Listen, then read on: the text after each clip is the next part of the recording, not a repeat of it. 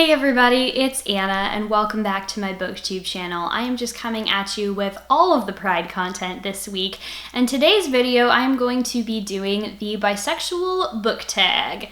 I don't have a flag for that, so I'm just gonna do the bisexual finger guns because, as we all know, finger guns are a bi thing. I don't make the rules, I just do the finger guns, okay?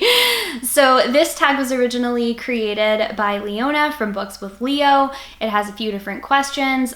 Before I forget, I want to make sure that I tag people at the beginning. So if you are bisexual or pansexual or some other variation of queer sexual, I would like to tag you to do this, especially if your name is Rogan, Kathy, Starlah, Zoe, or Myonna, because I know that we had an awesome bi booktubers thread of glory going on over on Twitter.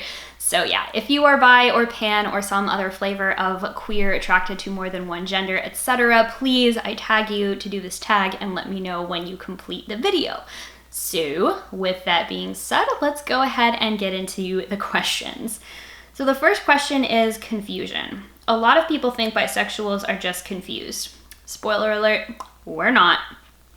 But sometimes sexuality can be a confusing thing when you are just figuring it out. Name a book character who is also going through a journey of figuring things out. For this, I have to go with a favorite that for some odd reason I don't actually own my own copy of, and that is Ramona Blue by Julie Murphy. This is one of the first books that I read that had like explicit bi representation on the page, and it was like an important part of the character's journey. So Ramona Blue is about a girl that has only previously ever been attracted to girls, but then when a childhood friend comes back to her hometown to stay for a while, she finds herself suddenly developing feelings that are more than friendship for him, and then also calling into question her sexuality and her identity. It's a beautiful, moving story about figuring out who you are, falling in love, and realizing that like your sexuality does not need to conform to anybody else's expectations of what it should or shouldn't be. So then we have first crush, the first queer crush. Name a book with a character in it that totally made you swoon. I think I've maybe talked about this before, but it's definitely Jackie Faber from the Bloody Jack series. So this was a series of pirate books about a very gay girl who dresses up to appear more like a boy, appear more masculine, because she runs away and joins the British Navy right around the time of the Napoleonic Wars. Jackie is a character that flips a lot back and forth between like different gender expressions and presentation, and I don't think it's ever actually stated that she's bi, but she's super freaking queer because at one point she ends up having like a boyfriend and a girlfriend at the same time, and I just remember being totally enthralled by this character and being like, I think up until that point, like I had only really ever been exposed to media about gay men, and so like it was kind of revolutionary to me as a teenager when I was just like, wow, here's somebody that like feels the way that I do about romance and sexuality and gender and stuff like that. And so I'm gonna forever be grateful to those books for making me gay as hell, because that's what they did. The next question is coming out, the moment when you're ready to acknowledge your sexuality. Name a book that made you want to scream and gush on the top of your lungs about to everyone you know. It's around here somewhere. I'll be right back. Ah yes, here we are. Out of Salem by Hal Shreve. This is a fantastic queer book. It's got zombies, it's got werewolves, it's got all kinds of monstrous being creature things as like a metaphor for queerness and the way that it is penalized in society. It's got friendship, it's got trans people, it's got non-binary people. It's amazing. Anti-fascism saves the day in this book. If you haven't read it, what are you waiting for? You need to go read it right now, and then you need to come back and talk to me about how much you love it, and I'll be like, yeah, I told you this book was great. Out of Salem by Hal Shreve. Read it, you'll be glad that you did. Okay, next question is recognition. Unfortunately, bi erasure is still a thing. It's the worst superpower ever.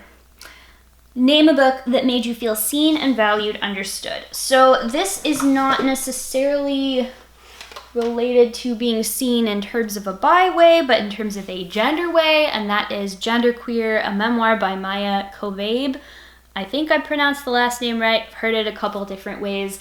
This book is about the author's experience coming to terms with your gender and like realizing that you're not straight, you're non-binary, and also ace. And I started reading this book in the bookstore. I just sat down and like gotten a tea, and I was sitting down drinking my tea, and then like the first chapter in, I started crying because this book really got at a lot of the feelings that I have about myself and my like position within this funny thing that we call gender in the world. And I had to go up to the counter and like buy the book while I was still wiping away tears, because I was like, it's just speaking to me on such a deep level that I need to own this book and I need to take it home with me today. So highly recommend that. Okay. Next up is 50-50. Sexuality is fluid, and so is bisexuality. Almost no one is 50-50. Name a book about which you are unsure whether you love or hate it. Your own, not 50-50 opinion-wise.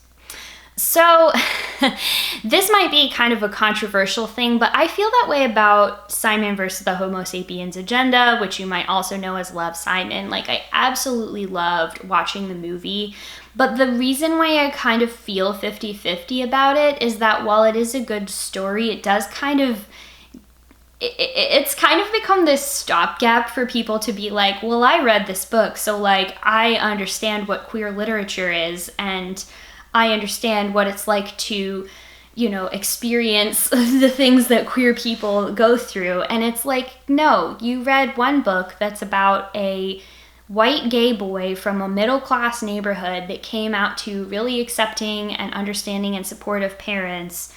And don't get me wrong, like that does happen and we need books about stuff like that, but that isn't the totality of what it means to be queer. It isn't just like, there's this great comedy sketch that I saw that was kind of addressing this, that's called like, I'm just like you, I am a straight gay man. So I will leave that linked in the description box down below.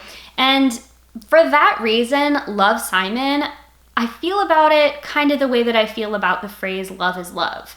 Which is that it's nice, like it's a nice thing to say, but also like it isn't enough if you just say that. If you say love is love and you stop there, like of course love is fucking love. That's not what we're talking about when we're talking about like the movement for queer liberation and justice and equal rights and stuff like that. It goes so far beyond you love whom you love, and it also is important. The whole like movement for queer rights is also about like acknowledging that it isn't just about the right to love whoever you love, right? Like it's about, you know, being able to not have your children taken away from you, or to be able to use the correct bathroom, or to be able to participate, you know, in the right sports league that you want to participate in. So my feelings on that are kind of complicated, because while I like it, it's also something where it's like, I think people take reading that book or just saying the phrase love is love to be like, okay, we can just stop here and never need to deal with this or talk about it again. No, that is just the beginning. It is not the end. And the last question is community. Finding your place in a community can be hard. Sometimes I feel like I'm too gay for the straight people and too straight for the gay people. But in the end, it's all about finding the right people in life that love you. Sexuality doesn't define you. Name a book with an amazing group of friends/community. All right, for that prompt, I am going to have to go with The Deep by Rivers Solomon, which is a book about a civilization of Black mermaids that are descended from the people that jumped off of these slave ships to escape being enslaved and escape the Middle Passage. And so there's this entire society of Black mermaids living underwater off of the coast of Africa. And this is the story of Yetu, who is one of the mermaids who is tasked with basically being the repository of all of the culture's memory and pain and collective trauma, because this culture has decided that everyone dealing with that is too much of a burden for the whole culture to bear, so they are going to select one person to be the keeper of memory and culture and things like that. And this is about Yetu's experience deciding that that ends up becoming too much for her to bear as an individual. So it is a lot about like repairing the relationships between community members in a community that has suffered trauma and that has suffered oppression. This is a very inherently queer story in terms of the way that it's written and like the themes that it explores. And it is also by a queer and trans author. So I think that's really important to mention. I also would like to give an honorary mention to the Wayfarers trilogy by Becky Chambers, but you have heard me talk about that a lot already on this channel, so I'm just going to leave it at that and end the tag there.